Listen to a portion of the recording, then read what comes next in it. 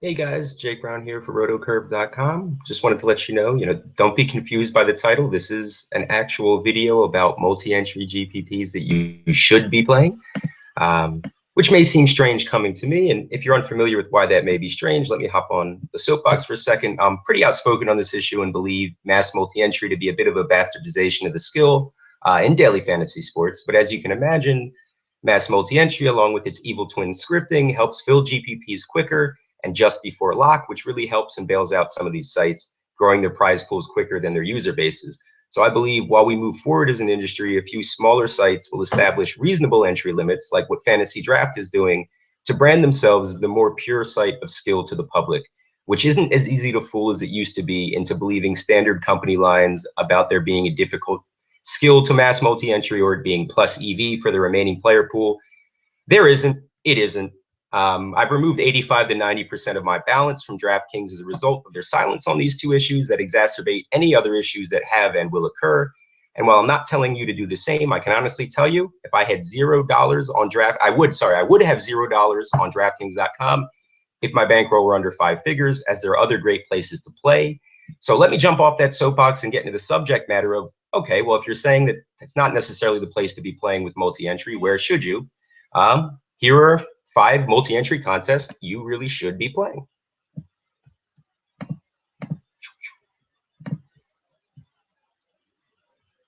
Give me one moment. Hangouts doesn't always like me.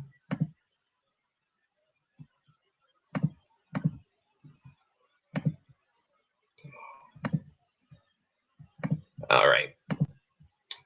So here's the first one. So what we're looking at, zoom in for you.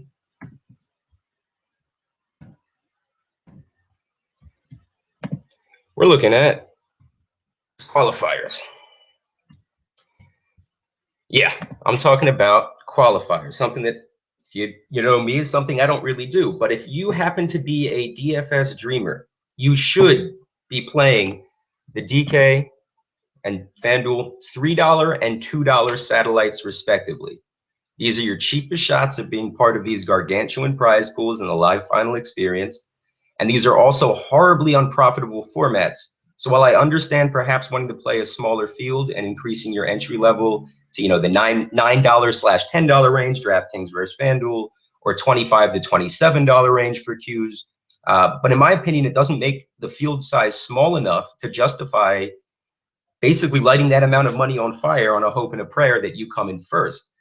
It used to be that you could eliminate, but the fact is the value of these seats is approached 6 figures and past 6 figures in many cases.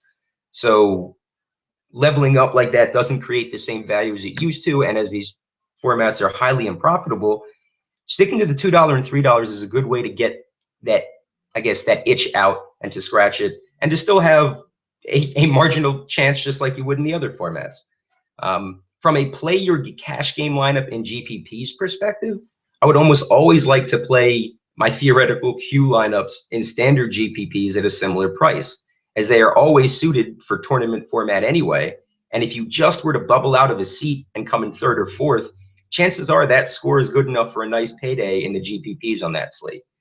It gets expensive to do that at anything more than $2 and $3. So I think it's pretty clear that long term it would be better to play 10 $2 Q entries and then put those same 10 entries and lineups into a $10 GPP than it would be to play 10 $10 Q entries and play those 10 entries in a $2 GPP. So again, I don't feel that this is a format that's long-term profitable. So I think playing it at the lowest possible buy-in is the prudent and smart move. To give you an idea, and the reason I have this screen as opposed to the 2 and 3, is I wanted to show you what the 25 looks like, because some people would figure, all right, well, I'm playing against 60,000, 70,000 people for $2, and over on DraftKings, probably 30 to 40,000 for 3. If I just play a couple entries at 25, I'm only playing against 5 to 6,000 people, which is kind of more what I'm used to for GPPs last year in the industry. Well, let's look at that a little bit closer, and let's look at the payout structure for this $25 Q. As you can see, only 24 out of 278 winners will double up or better. So again, 24 5,000, or yeah, 5,563 will double up or better. Let's switch over to DraftKings, which also runs a $20 qualifier with a similar amount of seats, to see how they treat this. On DraftKings, it's far worse, as 6 out of 5,235 entrants will double up their money. What's worse, and considerably worse on DraftKings, borderline driving me crazy, is that 98% of the winners, this section right here, aren't winners. 98% of the winners will break even and receive their $20 back. Now, before I am too harsh on them, I'll do the math for you real quickly.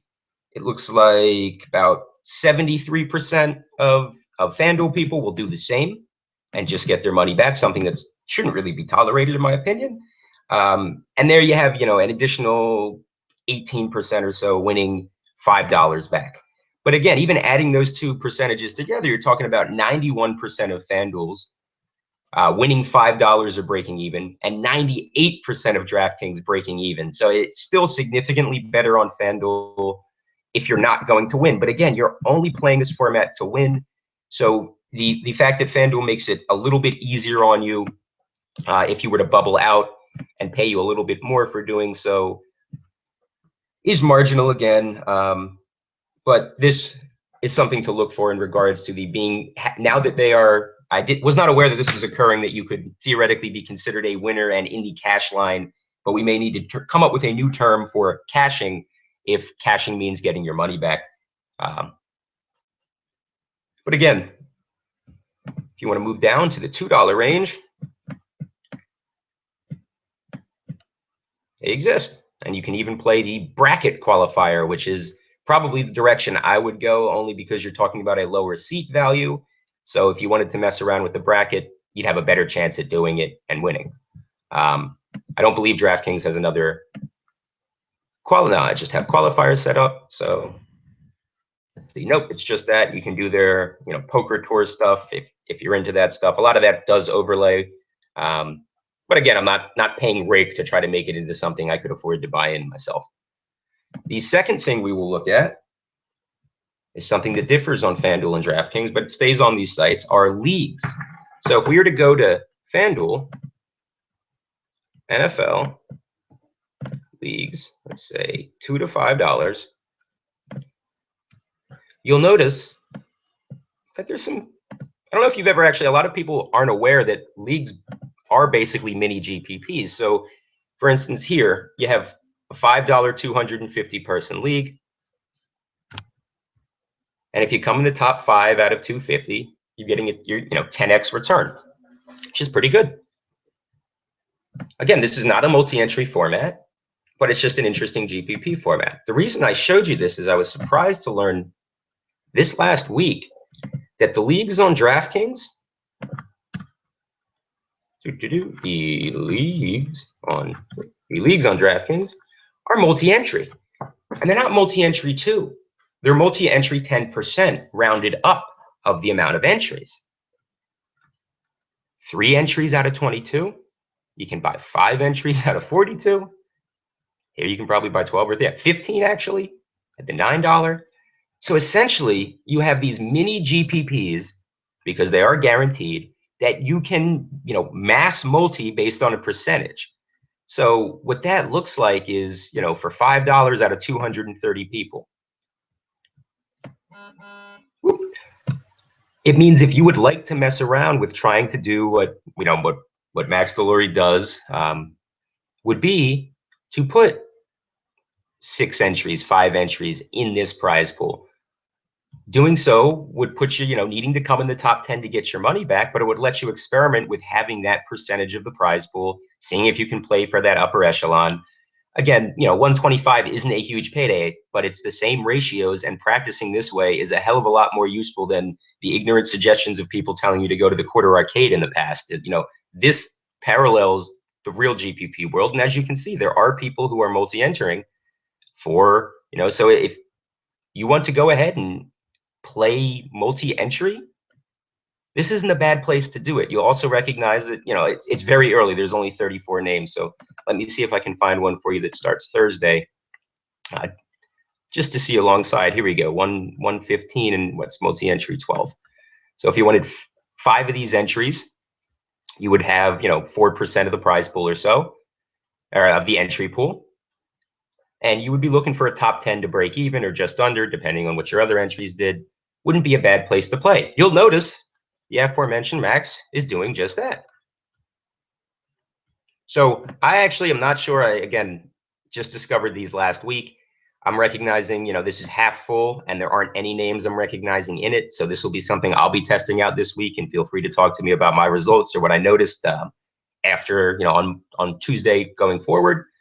But this is the format that I would be looking for that makes a hell of a lot more sense to prep you for a larger field mass multi-entry, allows you to do it within reason. And again, if 25 bucks seems a little much, they have it for $1. You can do this for $1. You can go in here and buy 20 entries if you want, and say I can come in first or second if I have 9% of the prize pool, and make the effort. And it's cheap, and it's sized down to the point where you really do have that advantage when you see the percentage of people who are not multi-entering and how high it is. So that was something I wanted to show you that I just discovered this weekend. But now the two that I really want to gush over, we're going on DraftPot right now. Double ups, which is going to seem strange, as many of you have interacted with me over the article I wrote deciding that I would not play double ups anymore on the major sites and that they were a bit of a scam in the long run. Smaller sites with overlay, I mean, double ups are only a scam if they're overlaying, folks. If a double up is exactly no overlay, it's not so bad. When they're overlaying and you're getting better than 50-50 odds, you have to play them.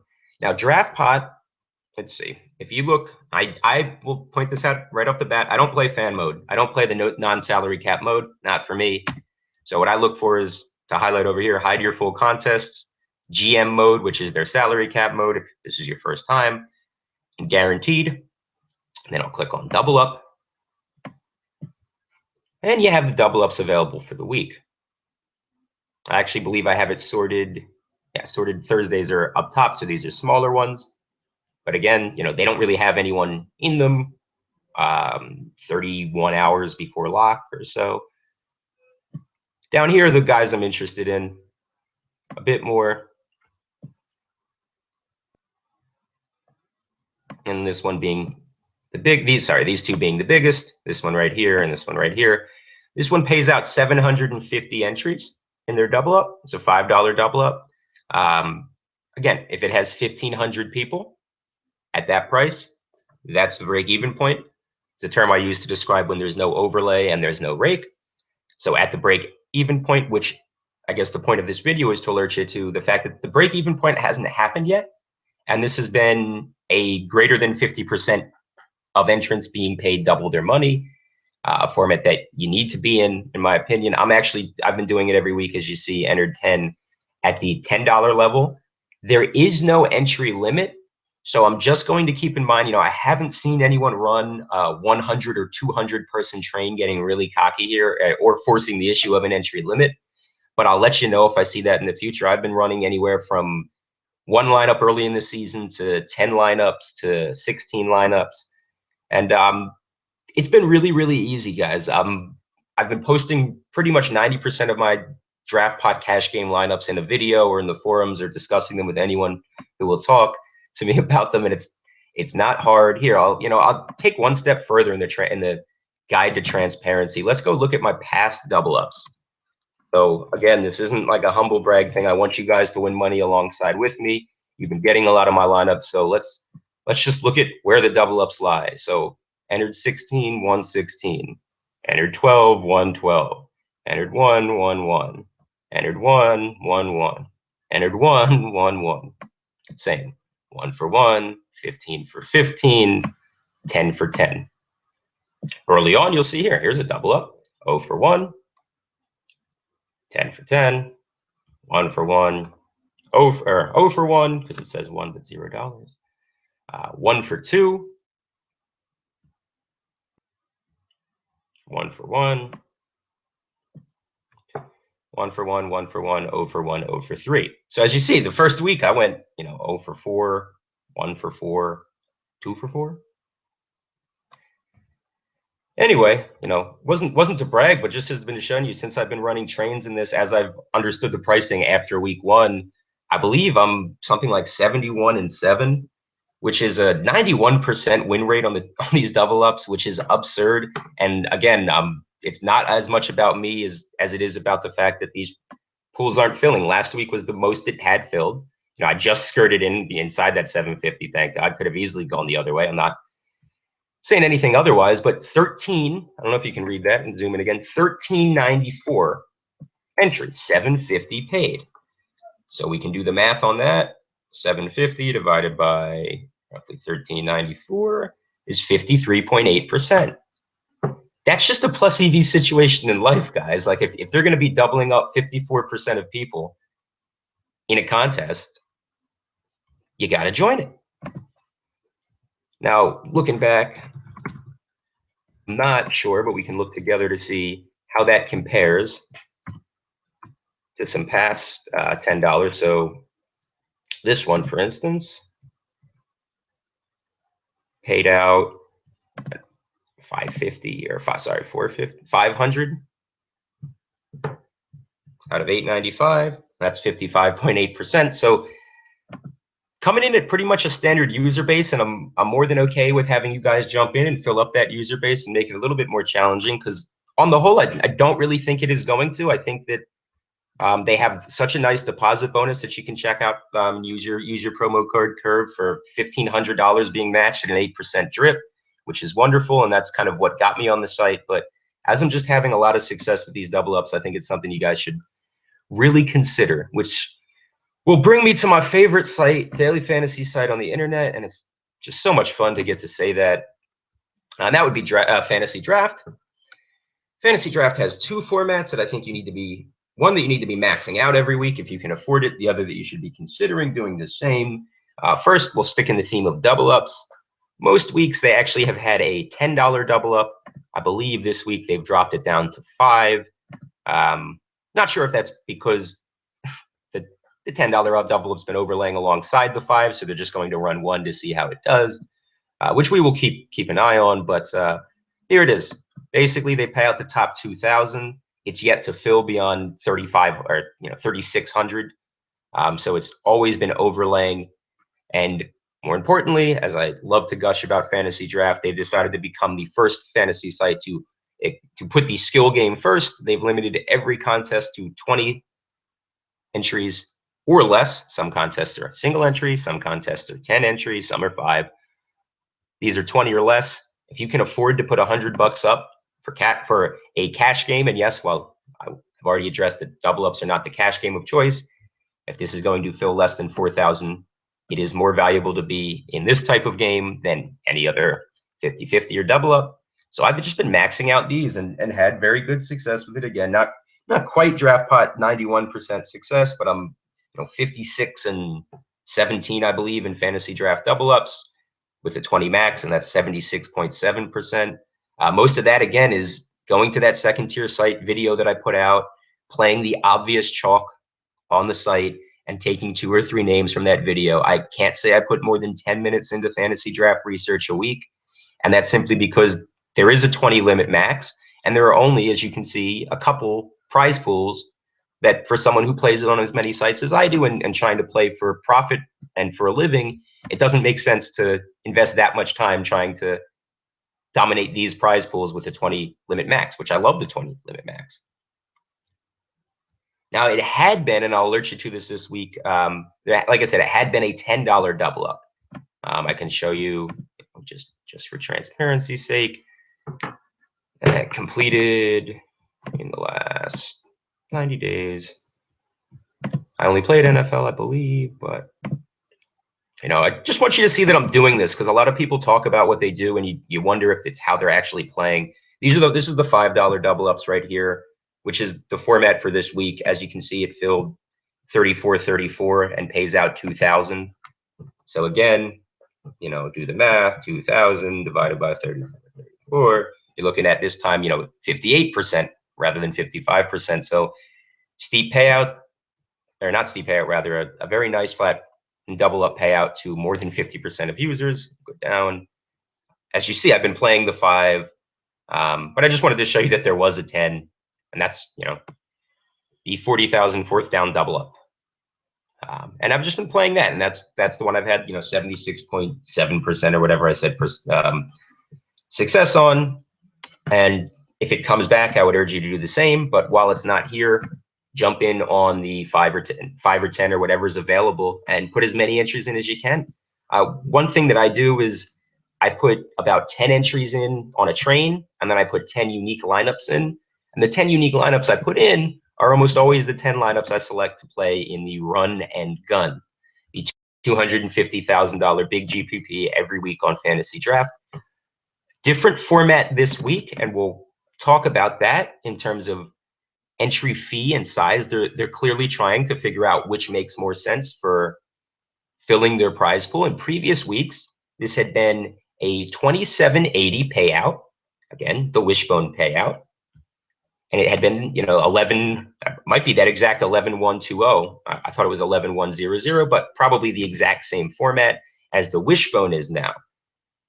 Basically, what they've done is they've dropped $5 off of it. So now $25 allows you to play both instead of this being a $25 fee. Makes the only thing it does is makes the break-even point slightly, and again, it's not hard, but slightly harder. The break-even point's now 12,500 entries. Again, break-even point when overlay is dead and when there is no rake. So if there are less than 12,500 entries in this week, which I will bet my bottom dollar there are, it will have overlay. No one will have more than 20 entries in it, which again, when you move in this direction of increasing the size of the prize pool or the size of the entry pool, leave the prize pool the same and leave the limits the same, you're really just trying to bring and banking on bringing more people to your site and seeing who's better given circumstances that everyone can play under. So really applaud what they're doing. And the run and gun is something that I've entered anywhere from 5 to 20 times one week when I got cocky and decided to use it out. Before I, give them 199% credit or whatever it may be, I do have to point out something I've talked about in the past. They aren't getting so bad as to giving you that 1.25x payout. And I do understand that a lot of sites are moving to the 1.5x payout at the bottom, which allows them to do flexible things with their payout structure. So again, they do have a 1.5x payout at the bottom. What's important to mention about that is more than 25% of the winners will triple up. 900 out of the 3479 will receive 3 times their buy-in or more. I don't believe that 25% of winners tripling up exists elsewhere. Going further, about 11.5% of your winners will actually win 5x their entry fee. That's 400 out of the 3479 win 5x of their entry fee. And the top 15 are actually all receiving 4-figure paydays. So playing this is my single favorite GPP, or playing this is kind of the most skilled, most evenly balanced, and not outrageous GPP is something that I would recommend. And again, I've just been doing about 10 of these for 200 a week, put those 10 entries in the $10 for 100, and then put 10 additional entries that are more of a cash game style, because as it hasn't been filling, and as I get more familiar with the scoring system on this site and the positional values, I'll be able to start not throwing these rosters into it and just playing the ideal cash rosters. But Fantasy Draft, man, they are learning. I am not paid a single dime by them. I don't put it out there and try to get my 6 degrees of separation in any way. I really think they have it figured out and are branding themselves to being a better skill game. And there's also great places to play for fun on Fantasy Draft. So I'll talk about them in the next video to come out shortly. But till next time, everybody, best of luck and keep it sharp.